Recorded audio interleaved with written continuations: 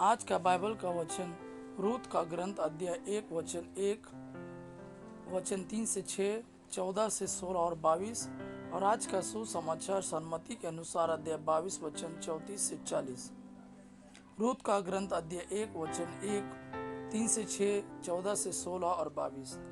न्यायकर्ताओं के समय देश में अकाल पड़ा, इसलिए यूदा के बेथलेहम का एक व्यक्ति अपनी पत्नी और अपने दोनों पुत्रों के साथ मोआब के मैदान में बसने आया। नोमी का पति एलीमेलेक मर गया और वह अपने दोनों पुत्रों के साथ रह गई। उन्होंने मोआबी स्त्रियों के साथ विवाह किया। एक ओर्पा कहलाती थी और दूसरी रूत। उन्होंने 10 वर्ष तक वहां निवास किया। इसके बाद महलोन और किलियोन भी मर गए और नोमी अपने दोनों पुत्रों और अपनी पति से वंचित हो गए। इसके बाद महलोन और किलियोन भी मर गए और नोमी अपने दोनों पुत्रों और अपने पति से वंचित हो गए। तब उसने अपनी बहुओं के साथ मोआब के मैदान से चल देने का निश्चय किया, क्योंकि उसने सुना था कि प्रभु ने अपनी प्रजा की सुध ली और उसे खाने के लिए रोटी दी थी।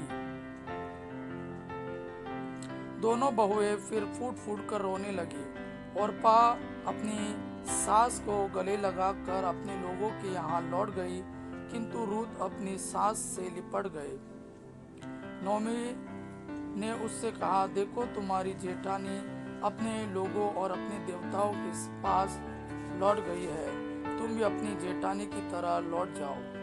किंतु रूत ने उत्तर दिया, इसके लिए अनुरोध न कीजिए कि मैं आपको छोड़ दूं और लौटकर आपसे दूर हो जाऊं। आप जहाँ जाएगी वहाँ मैं भी जाऊंगी और आप जहाँ रहेगी वहाँ मैं भी रहूंगी। आपकी जाति मेरी भी जाति होगी और आपका ईश्वर मेरा भी ईश्वर होगा। इस प्रकार नोमी अपनी मोआबी बहू रूत के साथ मोआब के मैदान से लौटी, वे जो कि कटनी के प्रारंभ में बेथलेहम पहुंची। आज का सुसमाचार सन्मति के अनुसार अध्याय 22 वचन 34 से 40। जब फरीसियों ने यह सुना कि ईसा ने सदुकियों का मुंह बंद कर दिया था, तो वे इकट्ठा हो गए और उनमें से एक शास्त्री ने ईसा की परीक्षा लेने के लिए उनसे पूछा, गुरुवर, संहिता में सबसे बड़ी आज्ञा कौन सी है?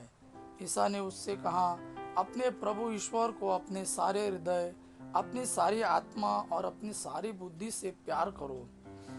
यह सबसे बड़ी और पहली आज्ञा है। दूसरी आज्ञा इसी के सदृश है, अपने पड़ोसी को अपने समान प्यार करो। इन्हीं 2 आज्ञाओं पर समस्त संहिता और नबियों की शिक्षा अवलंबित है। यह प्रभु का वाणी है। प्रभु को धन्यवाद। अबा पिता की महिमा और पुत्र यीशु का प्रेम आप पर सदा सर्वदा बना रहे। आमेन।